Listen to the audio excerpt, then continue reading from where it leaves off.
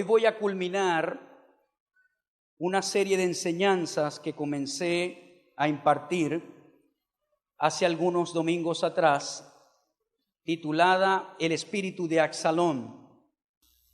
Hoy vamos a hablar acerca del punto cómo ser libre de la rebelión. En las enseñanzas anteriores definimos lo que era el espíritu de rebelión, hablamos de cómo éste se manifiesta, hablamos de muchas cosas que son importantes, pero es en vano hablar de todo esto si no enseñamos a la gente cómo puede ser libre de esta actitud o de este espíritu.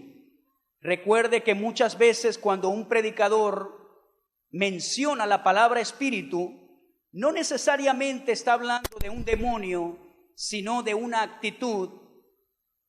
Y muchas personas tienen una actitud rebelde en sus vidas y necesitan aprender a cómo deshacerse de esta actitud para poder, de una vez por todas, comenzar a caminar en obediencia. Entonces, lo primero que nosotros tenemos que estudiar para saber cómo ser libre de la rebelión es que la rebelión es un pecado alojado en el corazón. La rebelión no es un pecado externo, sino que es un pecado que se aloja en el corazón del hombre. Y por esta razón es muy difícil que con solo información la gente sea libre de este pecado. Es decir, usted puede venir todos los domingos a la iglesia, usted puede escuchar todos los domingos un mensaje de rebelión, pero esto no le garantiza que usted será libre de esta actitud rebelde. Aunque hay un espíritu de rebelión o puede existir un espíritu de rebelión, muchas personas sencillamente caminan en una actitud rebelde y con solo escuchar información o algunas enseñanzas, esto no va a garantizar que vas a ser libre de esta actitud rebelde. Watchman Nee dice que con solo información la gente no es libre de la rebelión. Tiene que existir una disposición de saber que tienes ese problema y aceptar la revelación de la palabra de Dios para que cambie tu actitud, renueve tu vida y de una vez por todas usted reciba la iluminación de que algo está equivocado en su vida para poder corregirlo. Si usted cree que no tiene nada equivocado, que no hay nada malo pasando con usted, es difícil que salga de ese problema. Puede venir a la iglesia todos los domingos y escuchar y escuchar y escuchar y escuchar, pero si usted no tiene una convicción en el corazón y dice, necesito ayuda, necesito deshacerme de esto en mi vida, entonces no va a ser libre. Es interesante saber que con solo información usted no va a ser libre de este pecado de rebelión. Tiene que ocurrir otras cosas que vamos a discutir en este mensaje. Pero lo importante es saber que la rebelión es un pecado del corazón. Hay pecados que se alojan en el corazón y otros que se le atribuyen a la carne. Esta diferencia es muy importante hacerla. Hay pecados que se almacenan en el corazón. Hay otros que se manifiestan en la carne, en lo visible. Y normalmente nosotros como seres humanos le damos más etiqueta y más importante o más importancia a los pecados de la carne que a los pecados del corazón. Ahora, no estoy diciendo que los pecados que se manifiestan en la carne no son importantes o no traen consecuencias, claro que sí. Pero según la palabra de Dios, los pecados que se alejan en el corazón son más peligrosos que los pecados que son visibles y que representan una adicción en la carne. Ya le toca a usted como creyente saber y discernir lo que está ocurriendo en su corazón. David le dijo al Señor, Señor, guárdame, líbrame de los pecados que me son ocultos. Usted tiene que hacer esa oración que hizo David. Señor, muéstrame cuáles son los pecados que están ocultos en el corazón. Hay personas que tienen raíces de amargura, falta de perdón en el corazón y no saben que tienen eso allí hasta que viene la manifestación en un momento determinado. Entonces hay pecados que se alojan en el corazón y otros que se le atribuyen a la carne. Por ejemplo, la falta de perdón, las raíces de amargura, los pecados de la lengua. Son pecados que se le atribuyen al corazón. La lashon hara, la lengua perversa. Todos los pecados de la lengua son sencillamente una manifestación de pecados que están alojados en el corazón. Principio que dijo Jesús: de la abundancia del corazón la boca habla. Porque del corazón salen los malos pensamientos. Entonces la gente que tiene pecados en su corazón alojados, ¿cómo lo va a conocer? Tarde o temprano sus palabras le van a decir lo que usted tiene en el corazón. Si hay raíces de amargura, si hay falta de perdón contra alguien. ¿Cómo sé yo que tengo falta de perdón contra alguien? Cuando hablo mal continuamente de esa persona. Cuando siento algo aquí adentro, cuando miro, cuando veo a esa persona. Cuando se te revuelve el estómago, cuando estás cerca o te hablan de esa persona. Cuando le deseas mal, cuando piensas acerca de esa persona, cuando recuerdas la ofensa que te hicieron y te sientes herido, entonces allí tú comienzas a sentir y hablar cosas que descubren lo que hay en tu corazón. Los pecados de la lengua. Vaya conmigo a Proverbios, un momento. Proverbios capítulo 24. Diga conmigo: si hay algún pecado en mi corazón, la información que recibiré hoy por medio del Espíritu Santo me va a hacer libre, porque yo nací para ser libre como el águila. Yo no nací para estar encerrado como las gallinas. Yo nací para volar en las alturas, y hoy la palabra de Dios me hace libre de toda amargura, de toda falta de perdón y de toda rebelión en mi corazón. Por lo tanto, volaré alto en las alturas. Amén y amén.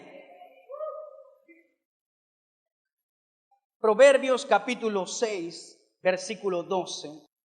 Dice de esta manera el proverbio: el hombre malo, el hombre depravado, es el que anda en perversidad de boca, el que habla malas palabras, que guiña los ojos, que habla con los pies, que hace seña con los dedos. ¿Usted ha visto esas personas malintencionadas que hablan con sus ojos? Si usted no lo sabe distinguir, dígale: Señor Espíritu Santo, dame discernimiento para yo entender el corazón de las personas. Amén.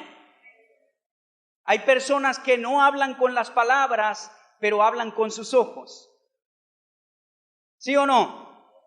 Pasa alguien y la persona le dice a la otra con los ojos lo que piensa. Y como ambos son expertos en leerse, ambos se entienden. Pasa una persona y la otra y empieza a hacer señas y habla con los pies. Hace de todo, pero no dijo una palabra. De eso es que está hablando el proverbista. Del perverso de corazón, que guiña los ojos, que habla con los pies, que hace seña con los dedos. ¿Qué pasa con esta persona que guiña sus ojos y habla con los pies y hace señas y es malo en su corazón? Dice la Biblia en el versículo 14, perversidades hay, ¿dónde? En su corazón. Anda pensando el mal en todo tiempo. Siembra las discordias. Esta persona tiene perversidad en su corazón. Ha alojado en su corazón perversidades y entonces siembra discordias continuamente. Usted tiene que alejarse de esas personas que son chismosas y que hablan mal todo el tiempo de alguien. Porque si usted no es el chismoso, pero presta su oído a escuchar al chisme, según la Biblia, usted cuenta con el mismo pecado del chismoso. Porque el chismoso necesita un recipiente para depositar su mensaje. ¿Y cuál es el recipiente? Tus oídos. Usted tiene que decir lo que dijo el hermano Hagin. Él dijo: mis oídos no son un basurero del diablo, mis oídos son de Dios. Una de las cosas que yo oro al Señor continuamente es: Señor, los miembros que están en mi cuerpo son para servirte a ti y no al pecado. Mi lengua es para hablar medicina y bendición. Mis oídos es para escuchar bendición y para escuchar tu voz más que cualquier otra voz. Usted tiene que entender que esto de los pecados de la lengua son pecados que se alojan en el corazón también. Esto es poderoso. Y dice el versículo 16: 6 cosas aborrece Jehová y aún 7 abomina su alma. ¿Qué está diciendo el proverbista? Hay 6 cosas que el Señor aborrece mucho, pero la 7ª es peor que las 6 anteriores. Vamos a ver cuáles son estas. Los ojos altivos, la lengua mentirosa, los homicidas, las manos derramadoras de sangre inocente, el corazón que maquina pensamientos inicuos, pensamientos continuamente malignos, los pies presurosos para correr al mal, el testigo falso que habla mentiras, y el 7º es el que siembra discordia entre los hermanos. Es decir, el Señor aborrece más esto de sembrar discordia que aún el pecado de homicidio. Es lo que dice el proverbista. Tenemos que tener cuidado cuando hablamos acerca de alguien, y no necesariamente estoy hablando de alguien que pertenezca a la familia de la fe. Puede ser un familiar tuyo, puede ser un amigo del trabajo, puede ser el compañero del trabajo, puede ser el jefe, puede ser cualquiera. Nosotros, los hijos de Dios, estamos llamados a tener un corazón limpio, porque solo los que tienen un corazón limpio podrán ver y disfrutar al Señor. Si hay algo en lo cual usted tiene que trabajar, es en limpiar su corazón continuamente. Hay raíces de amargura, hay falta de perdón, hay pecados de la lengua, hay rebelión en tu vida. Entonces tienes que hacer una limpieza con la ayuda del Señor en tu corazón. ¿Por qué? Porque los pecados de la carne están en la esfera de la conducta, de lo moral, tocan esa esfera. Pero los pecados del corazón y los pecados de la rebelión están en la esfera de la autoridad. Un ejemplo: los pecados de la carne pueden ser adicciones. Hay personas que nacieron de nuevo, pero están todavía adictos al cigarrillo, al alcohol. Hay cristianos que nacieron de nuevo y están adictos a la pornografía. Es un pecado que está allí en la carne y que trae consecuencias, pero tienes que ser libre de esas cosas. Adicciones que están allí continuamente, malas palabras, cosas que haces que tienen que ver con la carne. Pero hay pecados que son ocultos a los ojos y aún a la carne, y que están allí haciendo nido en tu corazón, que traen muchas cosas malas, que traen cosas que no tienen que ver con el reino de Dios. Y aunque usted le dé la llave al Señor en esta mañana, Él no va a poder entrar y abrir esa puerta vieja y sacar todos esos chécheres del corazón. He aquí, yo estoy a la puerta y llamo. Si alguno abre, entonces yo entraré y yo cenaré con él y él conmigo. Tú tienes que darle permiso al Señor que entre en tu corazón y quite todas esas mesas como lo hizo en el templo. Tienes que permitir en esta mañana que el Señor abra tu corazón y quite las raíces de amargura, la ofensa, los traumas, la falta de perdón y todas esas cosas que no te dejan avanzar en la vida. Hay gente que está estacionada, que está estancada en la vida, porque todo el tiempo es una amargura en el corazón. Todo el tiempo es hablar mal de alguien. todo el tiempo es algo malo. Usted tiene que dejar que el Señor limpie su corazón. Y cuando Él limpia tu corazón, entonces vas a comenzar a ver la prosperidad de Dios en tu vida. ¿Cuántos me están escuchando? La rebelión tiene que ver con un pecado en el corazón. Y hay que sacarlo. Hay algunos tentáculos del pecado, de la rebelión, y hoy vamos a estudiar dos, que son los que encuentro que son los más fuertes cuando conversamos de la rebelión. Número uno, el tentáculo número uno que está aferrado a la rebelión es la falta de temor por el respeto a la autoridad. Yo quiero que vaya conmigo al primer libro de Samuel, capítulo 24, y vamos a leer allí algunos versículos. Hacemos un resumen de lo que pasó acá para seguir avanzando. Yo quiero que entienda que a estas alturas de lo que vamos a leer, Saúl era un rey desechado por Dios. Ya la unción de rey no estaba en su vida desde hace tiempo, pero todavía seguía en la posición de rey. No se había muerto, pero había sido desechado por Dios por el pecado de rebelión, y ya la unción de Dios no reposaba sobre él. Quiero que tenga eso en mente cuando leamos esto. Cuando Saúl volvió a perseguir a los filisteos, le dieron aviso diciendo: he aquí David está en el desierto de En-Gadí.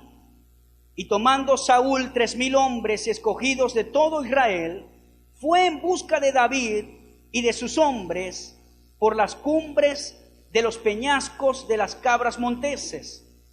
Y cuando llegó a un redil de ovejas en el camino donde había una cueva, entró Saúl en ella para cubrir sus pies. ¿Cuántos saben qué pasó aquí? Esto es un hebraísmo. Dice que David estaba en una cueva y Saúl lo fue a perseguir con 3,000 hombres armados. ¿Y sabe qué pasó? Se metió a hacer sus necesidades en la misma cueva donde estaba David. Ustedes sí son penosos. Eso fue lo que dijo aquí la Biblia. Lo que pasa es que dice que Saúl entró en ella para cubrir sus pies. Es un hebraísmo que significa eso. Entró a hacer sus necesidades, Saúl.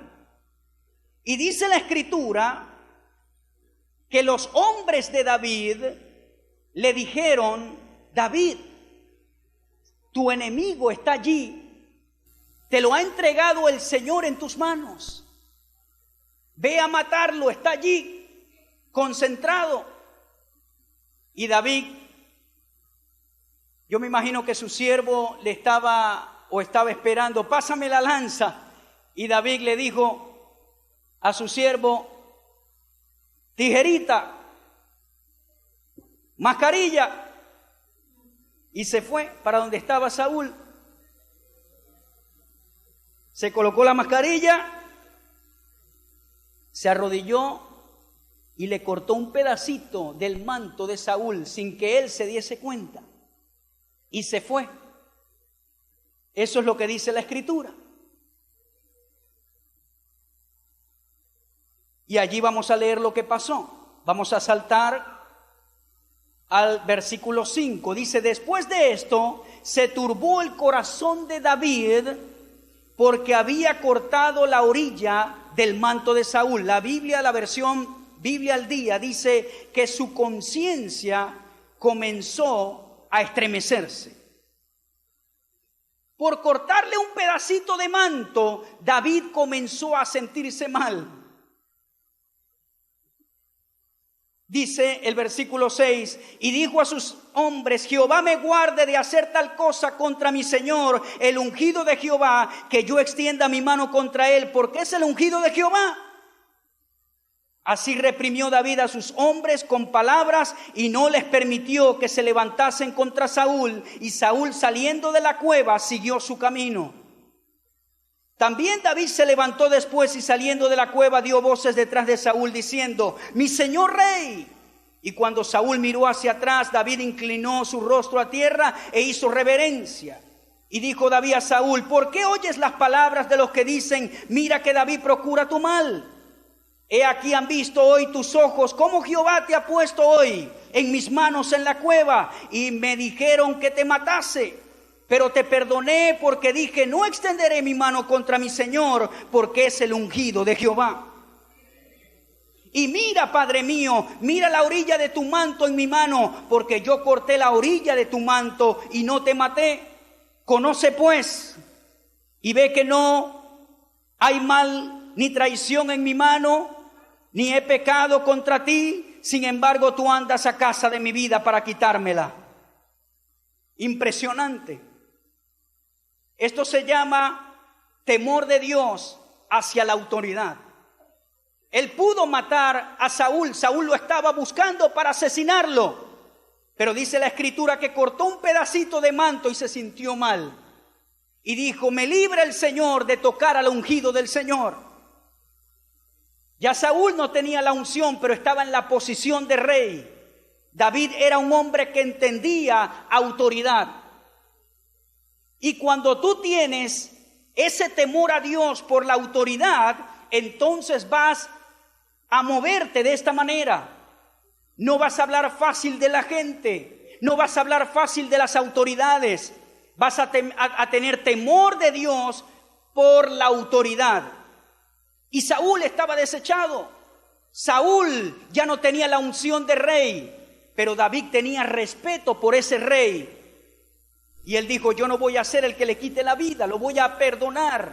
Cuando se vaya, que sea el Señor que se lo lleve. Yo no voy a ser el que haga tal cosa.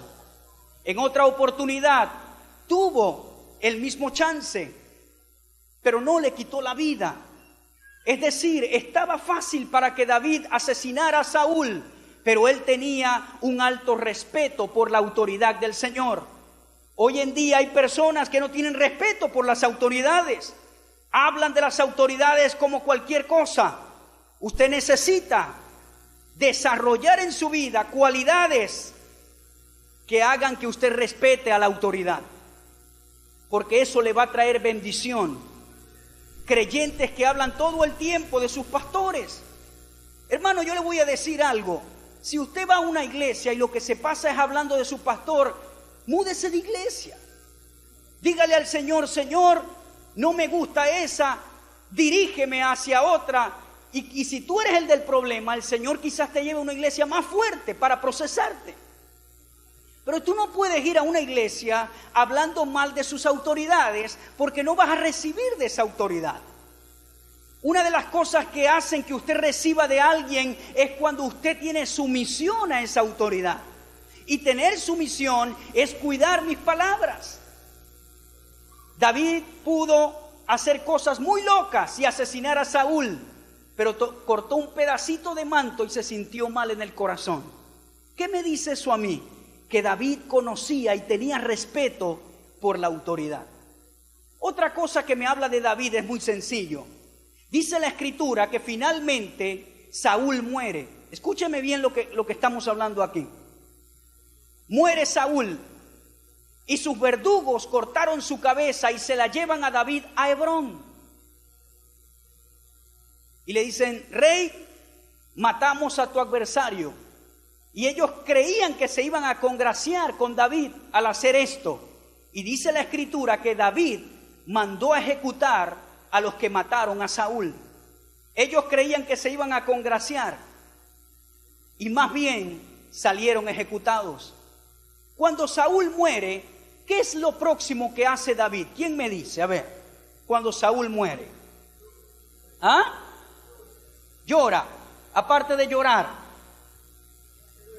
hace duelo. Aparte de hacer duelo, ¿sabe qué hizo?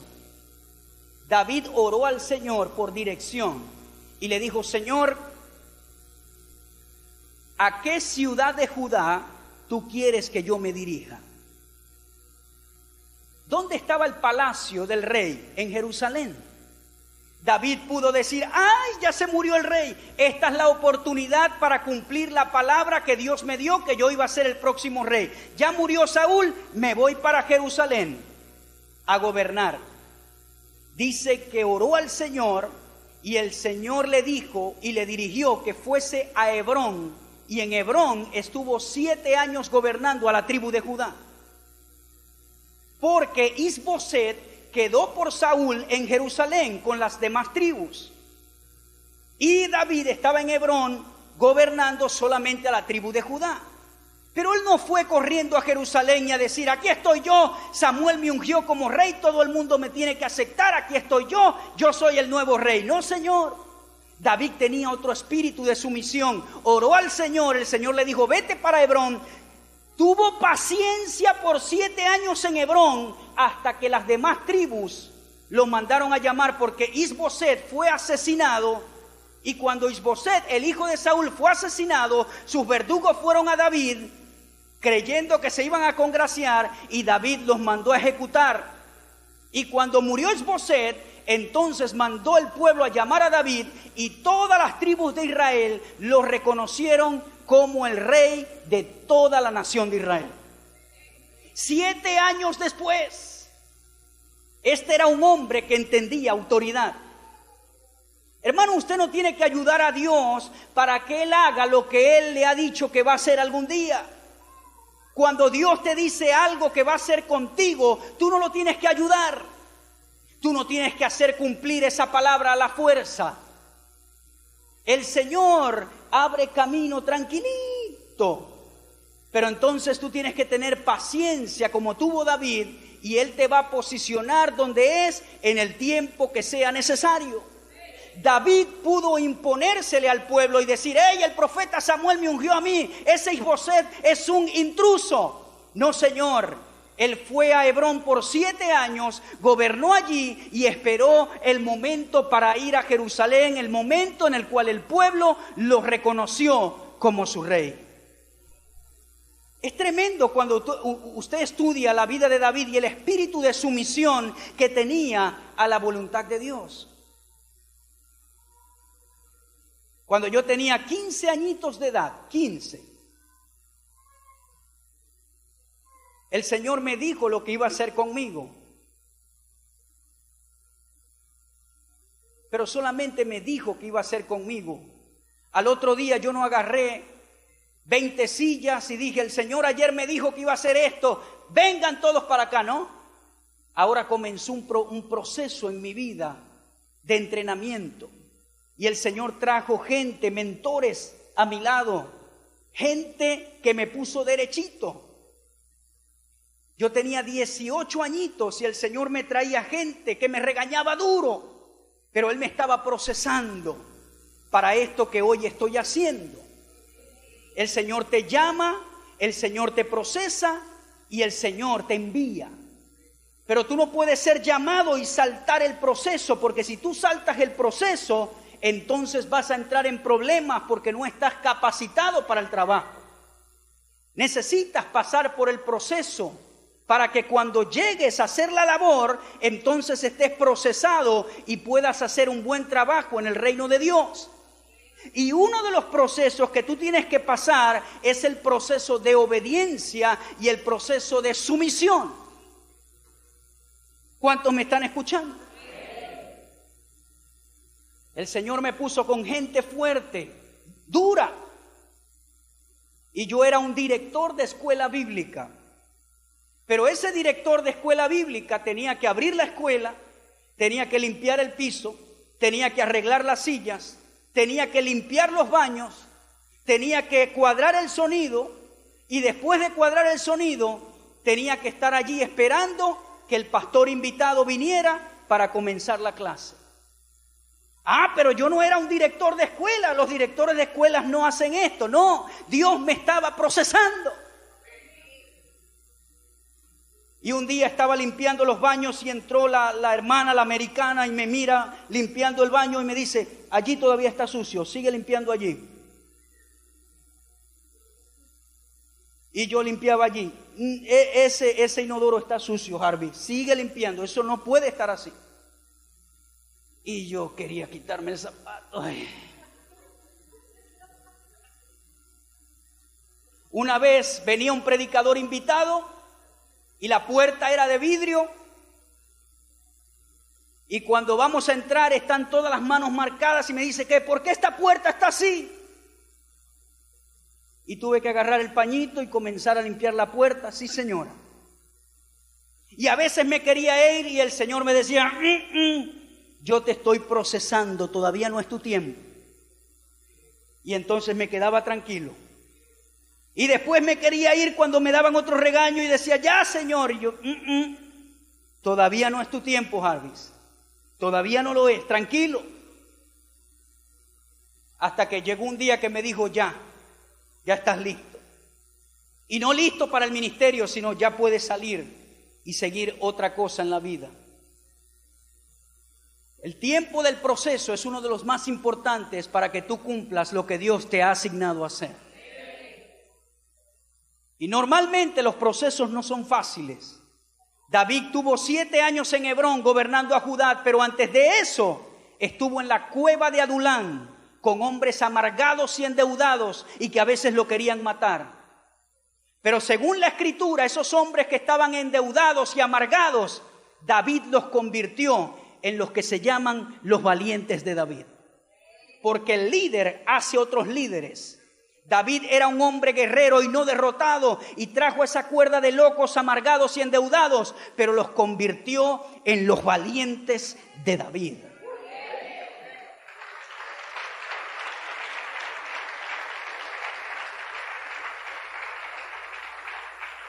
No te apresures a ir a Jerusalén, tranquilo. Le voy a decir algo en esta mañana. Usted no tiene que ayudar a Dios para hacer lo que Él ha dicho que hará con usted. Yo no ayudé a Dios para llegar hasta aquí, no. Le huía más bien.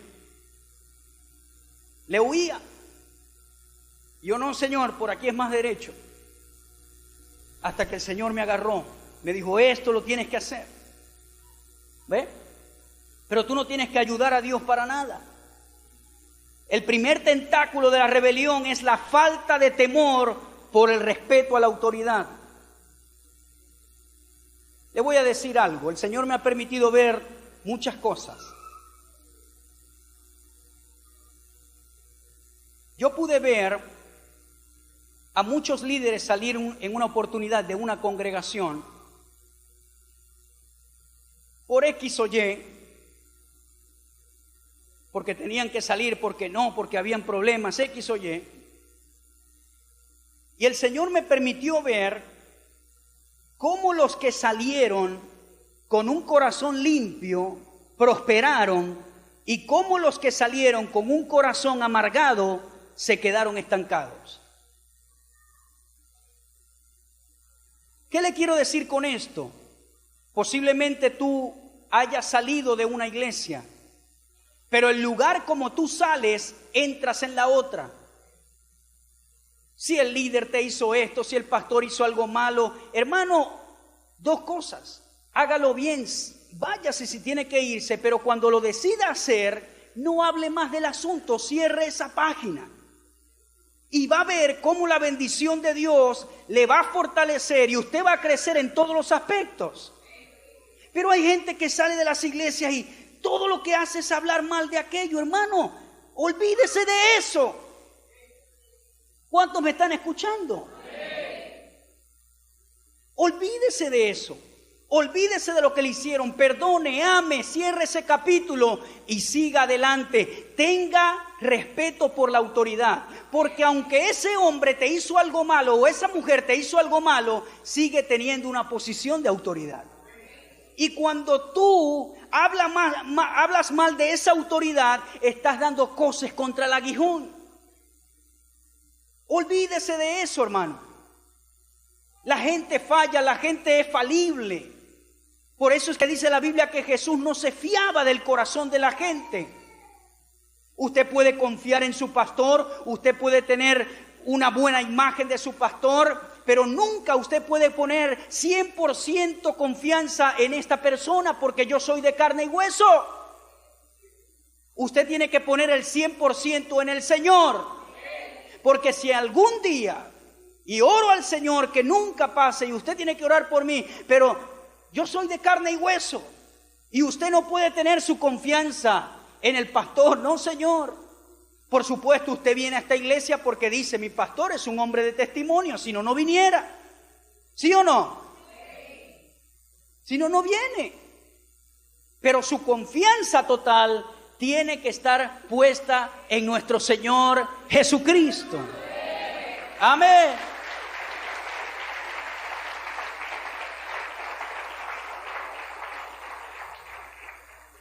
Hay gente que me ha fallado, hay gente que a veces yo sé de gente que habla a mis espaldas y yo lo trato igual. El amor de Dios cubre multitud de pecados, ¿sí o no? Multitud de pecados. No sostenga raíces de amargura en su corazón, porque eso le va a afectar a usted. El segundo tentáculo de la rebelión es el pecado de orgullo. Este es el que abre el camino para codiciar los títulos y las posiciones de autoridad. Si usted estudia cómo operó Luzbel, Absalón, Coré, ellos creyeron que eran capaces de hacer las cosas. Todos operaron de la misma manera. Satanás dijo, yo me sentaré. Él quiso colocar su trono donde estaba el trono de Dios. Seré semejante al Altísimo. Absalón decía, yo puedo ser rey. Si yo soy rey, yo sí te voy a hacer caso y voy a escucharte para ayudarte en tu caso. Hermano, Coré era un levita del sacerdocio. Y Moisés le dice a Coré, mira Coré, el Señor te apartó para trabajar a ti y a tus hijos en el tabernáculo, y no te basta con eso, ¿quieres también el sacerdocio arónico? Porque ¿qué pasa? Que la gente que está haciendo algo y no está satisfecho, siempre codicia lo de otra persona. Usted tiene que tener una revelación que lo que está haciendo lo hace para Dios y no para el hombre. Entonces, la naturaleza de pecado del hombre, el orgullo, siempre hace que tú codicies los títulos más importantes, las posiciones más importantes. Pero ya le voy a decir algo que es necesario aprender. Y es que normalmente estas personas ven los resultados, pero no ven los procesos, ven las recompensas, pero no ven el precio a pagar. Coré vio los resultados de Moisés. Toda la congregación de Israel le hace caso. Pero ¿quién fue el que lloraba por el pueblo? ¿Quién tenía que calarse las llorantinas del pueblo cuando tenían sed y hambre? ¿Quién tenía que ir a hablar con Dios? ¿Quién tuvo que ir a buscar los 10 mandamientos allá en la cima del monte? ¿Quién fue el que sudó por el pueblo? ¿Quién fue a quien Dios usó para abrir el mar? ¿Quién fue el que tuvo las agallas de ir a hablar con el faraón cuando estaba duro de dejar ir al pueblo? ¿Quién fue? ¿Coré? Fue Moisés. Pero Coré vio los resultados de la vida de Moisés, pero no ven los procesos. ¿Cuántos me están escuchando? Lo que usted ve los domingos en la mañana, cuando yo estoy aquí y alguien me viene a saludar y me abraza o me da una ofrenda, hermano, eso es el 1%. Esto no es el llamado de Dios, es el 1%. El otro 99% está en tu vida privada, cuando lloras, cuando oras, cuando estudias la palabra, cuando quieres hacer algo y el Señor te dice no te lo permito, cuando esto, cuando lo otro, cuando estás en la carga de Dios. Entonces la gente ve el 1% aquí. Al pastor Harvey lo saludan, lo abrazan si lo quiere. Yo sí quisiera ser como él. No, Señor. Eso es el 1%. Después que yo me voy de acá, tengo que seguir luchando por buscar el rostro de Dios. A veces la vida en el ministerio es muy solitaria. Yo, mis amigos, lo puedo contar con mis dedos. Yo no puedo hacer muchas cosas que hacen otros y deciden hoy comprar y me voy para aquí, me voy para allá. No, porque cuando Dios te llama a su ministerio, Él te hace el agujero en la oreja y te dice, ahora tú eres mi esclavo y no puedes hacer lo que tú quieras. ¿Usted está dispuesto a hacer eso? no vea el 1%, vea el 99%. ¿Cuántos me están escuchando? Y disculpe que le toque la oreja, hermana. El 99% es que yo soy esclavo del Señor. Y yo voy para donde Él me diga que yo vaya, y cuando Él me dice no, es no. Parece que cuando usted no tiene una asignación de Dios, usted tiene las mismas exigencias de la palabra de Dios que todos. Pero estoy hablando en el carril y en el contexto del llamado. Cuando tú estás llamado, tú eres una persona singular. El Señor te va a hacer exigencias que van a parecer locas. Y no solamente exigencias en la iglesia, en tu familia. Ve, mi esposa y yo no tenemos una vida muy secular. Mi esposa y yo tenemos una vida muy solitaria con el Señor, diría yo. ¿Cuántos me están escuchando? ¿Está usted dispuesto a pagar el precio? ¿Ah? No diga amén rápido. No es ver los resultados, es ver los procesos. No son las recompensas, es el precio a pagar. La naturaleza pecaminosa codicia los títulos, las posiciones importantes. Vaya a Mateo capítulo 6. Mateo capítulo 6, versículos 1 al 6. Un versículo o unos versículos muy conocidos. Guardaos de hacer vuestra justicia delante de los hombres, para ser vistos de ellos. De otra manera no tendréis recompensa de vuestro Padre que está en los cielos. Cuando pues des limosna, no hagas tocar trompeta delante de ti, como hacen los hipócritas en las sinagogas y en las calles, para ser alabados por los hombres. De cierto os digo que ya tienen su recompensa. Mas cuando tú des ofrenda, no sepa tu izquierda lo que hace tu derecha. Eso es un hebraísmo que significa que debe ser en secreto. No es que usted tiene que esconder la ofrenda de la otra mano para que no lo vea, no, es un hebraísmo. Tiene que tener privacidad para que sea tu ofrenda en secreto, y tu Padre que te ve en lo secreto te recompensa en público. Cuando ores, no seas como los hipócritas, porque ellos aman el orar en pie y en las sinagogas y en las esquinas de las calles para ser vistos de los hombres. No es que orar de pie y en las esquinas sea malo, sino que ellos lo hacían para ser vistos de los hombres. De cierto os digo que ya tienen su recompensa. Mas tú cuando ores, entra en tu aposento y cerrada la puerta, ora a tu Padre que está en el secreto, y tu Padre que ve en lo secreto te recompensará en público. Y orando, no uses vanas repeticiones como los gentiles. Versículo 16, cuando ayunéis, no seáis austeros como los hipócritas, porque ellos demudan sus rostros para mostrar a los hombres que ayunan. De cierto os digo que ya tienen su recompensa. Pero tú cuando ayunes, unge tu cabeza y lava tu rostro, para no mostrar a los hombres que ayunas, sino a tu Padre que está en secreto, y tu Padre que te ve en secreto te recompensará en público. El carácter de la ofrenda, del ayuno y de la oración tiene una privacidad para efectos de Dios muy importante. Estás escuchando el mensaje de la palabra de Dios.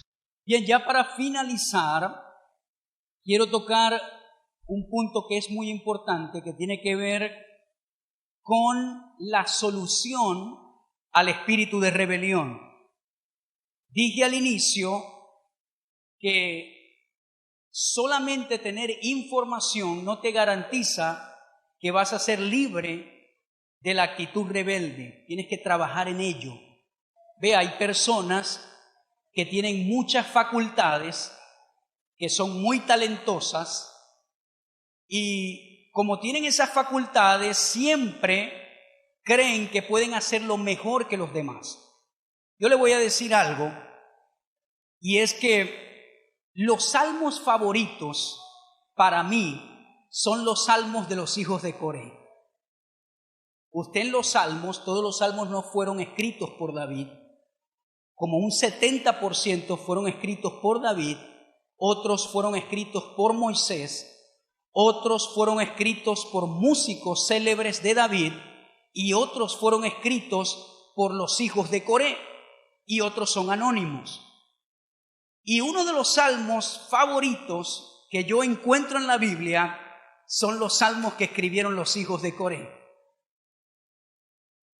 Ellos eran capaces, su padre, estoy seguro que era un hombre muy importante en la congregación de Israel, porque dice que con su rebelión, él convenció a 250 príncipes de la nación de Israel para que se rebelaran contra Moisés y Aarón. Es decir, Coré tenía voz y voto y tenía mucha influencia en Israel, a tal magnitud que convenció a 250 líderes para que se unieran a esta rebelión. ¿Qué le quiero decir con esto? Que hay personas que tienen muchas facultades, muchos talentos, pero el asunto no es solamente con las facultades y los talentos, el asunto tiene que ver con a quién Dios señala para hacer las cosas. Si Dios señaló a alguien en específico, usted tiene que estar contento y tiene que someterse a esa autoridad que Dios ha delegado para poder tener bendición de parte de ella. Entonces, la solución inminente para ser libre del espíritu de rebelión es esta: tener un encuentro con la autoridad de Dios. Quizás usted pregunta, ¿cómo yo puedo tener un encuentro con la autoridad de Dios? Es muy fácil. Lo que le pasó a Saulo. ¿Qué hacía Saulo? Dice la Escritura que perseguía la iglesia del Señor.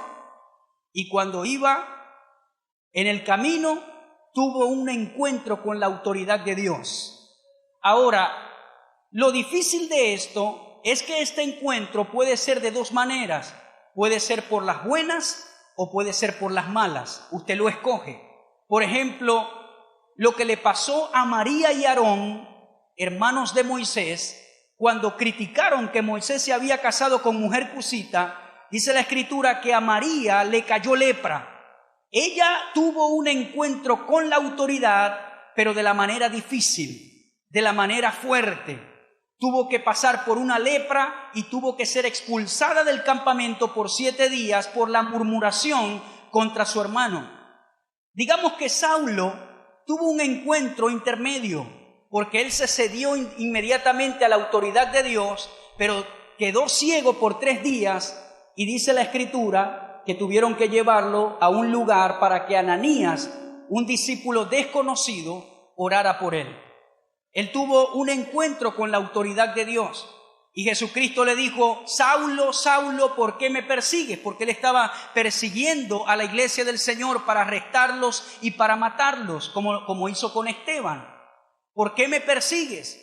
Estás persiguiendo a la misma autoridad de Dios. Coré tuvo un encuentro terrible con la autoridad de Dios de la manera difícil. Dice la Escritura que la tierra se abrió y se los tragó a todos, a él y a sus familias y a todos los 250 príncipes que se aliaron con Coré. Tuvieron un encuentro con la autoridad, pero de la manera difícil. Que eso no te pase a ti. Que tú tengas un encuentro con la autoridad de la manera fácil. Que tú digas: sí, Señor, es verdad, yo hablo mal de la autoridad. Yo no tengo un corazón sumiso. Yo soy una persona que está operando en rebelión. Y entonces, cuando tú tienes un encuentro con la autoridad de Dios, eso trae renovación en tu vida, trae restauración en tu vida. Yo recuerdo que una vez pasó esta hermana, ¿recuerdan el ejemplo que le di de la hermana que me decía: quedó más limpio el baño? ¿Recuerdan? Esa misma hermana traía gente, misioneros, para que vinieran a predicar. Y yo recuerdo que invitó a este hombre de Dios, y en ese viaje sí regañó a ese hombre. No se le escapaba a nadie. Y el predicador que fue invitado por ella, que era su amigo, en ese viaje los regañó más que en cualquier otro viaje. Y yo recuerdo que estábamos hospedados en el hotel, este ministro y yo, y él se sentó en la mesa esa noche y me dice: Jarvis, nunca más voy a regresar a Venezuela. Esta mujer no me deja tranquilo, me regaña todo el tiempo. Mira cómo me está tratando. Y yo le dije: bueno, sí, ella es fuerte. Y comenzamos los dos a hablar al respecto. Y para mi sorpresa, ese día en la noche, cuando tuvimos que ir a la escuela, antes de enseñar, el predicador, antes de enseñar la lección, dijo en público: antes de comenzar la lección de esta noche, quiero decir algo. Y yo tuve que traducir todo lo que él estaba diciendo. Y él dijo: quiero pedirle perdón al Señor y perdón a mi hermana, porque hoy estuve hablando de ella. Y quiero pedirle perdón en público porque estuvo mal lo que hice, y eso es rebelión, y pido perdón delante de Dios. Y cuando él dijo eso, aunque yo no fui el que dijo esas cosas, yo me sentí mal porque tuve un encuentro con la autoridad de Dios y dije: yo también, de una manera u otra, fui partícipe de esas cosas. Y eso nunca se me olvida a mí, lo que ese hombre de Dios dijo antes de comenzar la enseñanza. Yo dije: qué humildad y qué espíritu humilde. Y él siguió viniendo a Venezuela. Mucho tiempo después ya partió con el Señor, un hombre de Dios, uno de los mentores que el Señor puso a mi lado. Pero esas fueron las lecciones de vida que yo tuve concerniente a la autoridad. Entonces, tú tienes que tener tu encuentro con la autoridad de Dios. Hay gente que es fácil de someterse a la autoridad. Hay gente que no tiene problemas con la sumisión. Hay gente que no tiene problemas con la rebelión. Pero hay otras personas que esa es su naturaleza. Como siempre han sido los líderes en la escuela, han sido los líderes donde van, como tienen facultades, como tienen a veces un carisma, entonces les cuesta someterse a la autoridad delegada. Una de las cosas que usted tiene que hacer es, cuando llegue en un lugar, sepa distinguir cuál es la autoridad de ese lugar, no para hacerle la guerra, sino para someterse y recibir bendición de ella. Yo le garantizo que donde quiera que usted vaya, va a ser de bendición en ese lugar donde Dios lo llevará. No aprenda a obedecer a la autoridad de la manera difícil, como le pasó a Coré, como le pasó a María, como le pasó a Pablo, que tuvo que caer al suelo y reconocer la autoridad de Cristo. Usted aprenda a reconocer la autoridad de la manera fácil, que es la manera del arrepentimiento, de no hablar malas palabras, de bendecir con su boca y de obedecer de buena manera. Aplauda al Señor en esta mañana. Gloria a Jesús.